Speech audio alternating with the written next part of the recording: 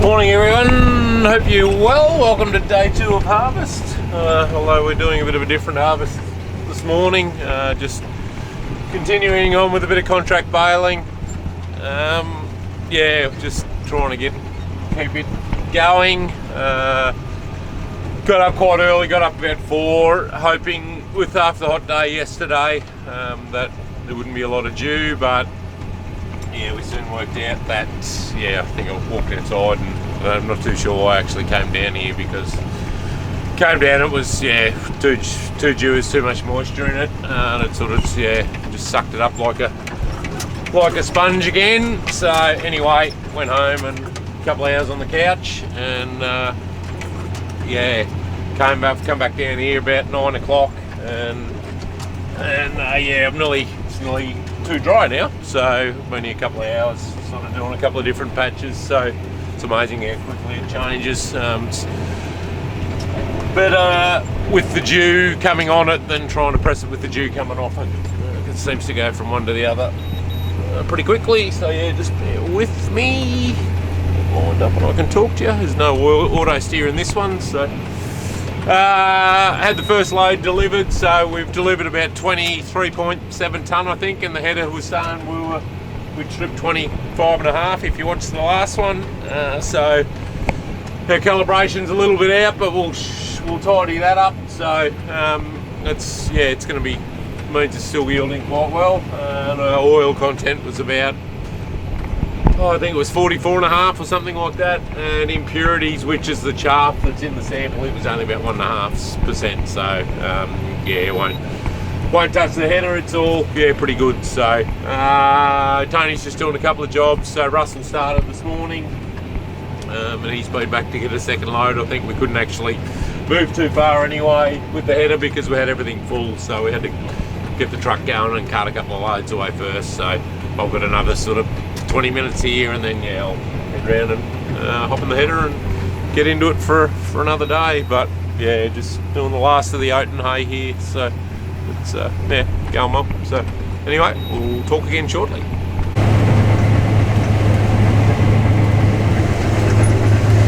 We're into it again. So the truck's taken 2 loads, and he's just sitting up there. He must need a bit more for a top up. Just going to put some drop trays out in a minute, and we'll try and work out a few losses and see what's going on. And I'll just show you what we sort of do, just to get a bit of a rough idea. We've got the monitor calibrated, so we're sort of sitting a bit over that 2.8 tonne, which is pretty handy. And oils, last load was 45, so we're oil's quite good, which is nice. So it's cooled down today. It's only sort of mid-20s, which is even better. So wind is still blowing up our backside a bit, but anyway, it's not affecting us what we're doing. So it just makes it hard to see when we're unloading.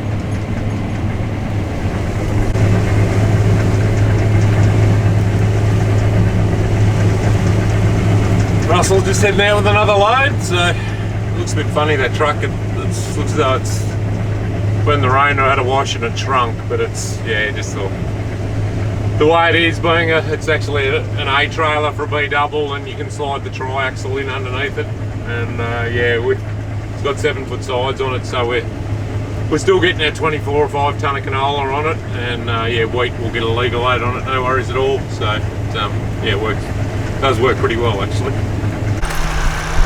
Righto, we've got going here, we've been going for an hour or more. What I've got here is some drop trays, and we've essentially just put these down under the windrow, and then a couple out each side of the machine, and we just do a pass over the top of them, and then we both sort of work out what we're putting out the back of the header, hopefully, and then we can sort of calibrate our monitors to it. So we'll have a bit of a stretch around here and see what kick the chaff out and see if we've got.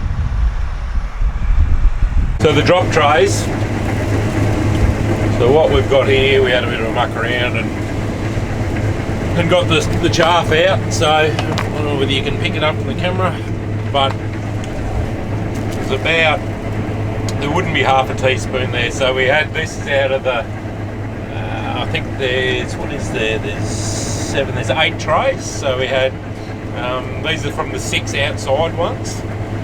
So there might be a third of a teaspoon there maybe. And then the bottom, the 2 out of the bottom, where are they gone? Hopefully I haven't tipped them out. Yeah, we want to tip them out, haven't we? I should never have props. I was trying to show you what we were doing. Oh, here we are. It's on the bottom. So it's got a bit of dirt in it too, but there's a little bit more there, but we know we are losing a little bit more out of the front just from, hang on, we've just got a bit of a, where you cross the windrow with the windrower, it sort of flattens it and pins it to the ground. It gets a bit ugly, so it doesn't quite feed all that well, so probably should be concentrating on what I'm doing. But yeah, so there's only probably half a teaspoon there too, so what that equates to, if we were getting really pedantic, we've got roughly a square metre of trays there, so we could essentially weigh what we've got and then work it back to like a per hectare, per hectare of losses, what we are losing at the back of the header. But generally I sort of work on about a teaspoon, what I've worked on in the past, and look, we've probably got half a teaspoon there across the machine, and that's, we're generally pretty happy with that amount. We've got 3 quarters of voxel again, so yeah, I'm not sort of giving the samples good, and where the yield's good, I'm not going to touch the machine, and I'll probably won't get it much better than what it is. Look, it'd be good to have the not having the losses out of the front, but there's nothing really I can do with that. It's more the losses that are coming out of the back of the machine is what we can adjust the machine if we need to. But given we're sort of half a teaspoon, probably I might just keep that and try and work it out for you. We've got some scales, take it home and just weigh it on Sarah's kitchen scales and see if we can work it out what it might be, which wouldn't actually be that hard to do. I could tip what I've got there into one of my lunchbox containers and take it home and weigh it. So and I'll come back to you with what we actually reckon we might be losing. Tony there just unloading into the mother bin. The little Deutz out of retirement to put on the bin. A little bit shorter tractors, but at the moment, but yeah, all it needs to do is sit there and run the PDO and tick away.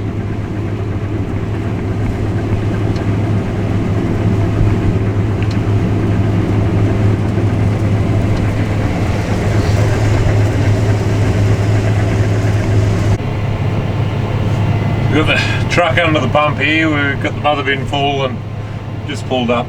The chase bin full and the header full, so we haven't got much left here. Let's say half a dozen rows, something like that. We'll have this 60 hectares done. So yeah, it's still yielding well, and the oil's still good. So we'll be able to. We've actually got another contractor coming in with a truck tomorrow, just our usual guys from in town. So that'll take the pressure off for us a little bit, but we're sort of a bit lucky at the moment. I think he's just tipping on the floor of the bunker in at the receival at the moment.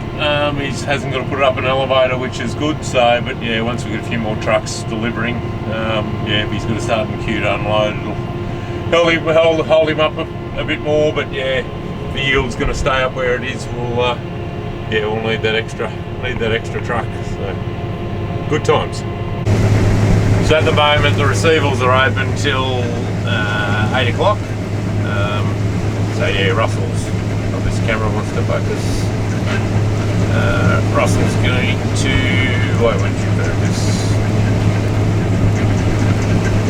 Yeah, Russell's going to take the truck home with him tonight, and he's lives in Cobram, so he's half as close as coming all the way back out here, and so that'll speed the job up a little bit, but no, it's been a pretty good day. We were a bit late getting started again, it was midday, 12:30 or something like that, but we've had we've put a fair hole in it. We're not breaking any speed records. We're still only rocking along at our sort of 4.5 Ks roughly. Just trying to keep that speed. So our average has dropped back a little bit, but I think by the header we've nearly stripped 160 tonne off the 60 hectares.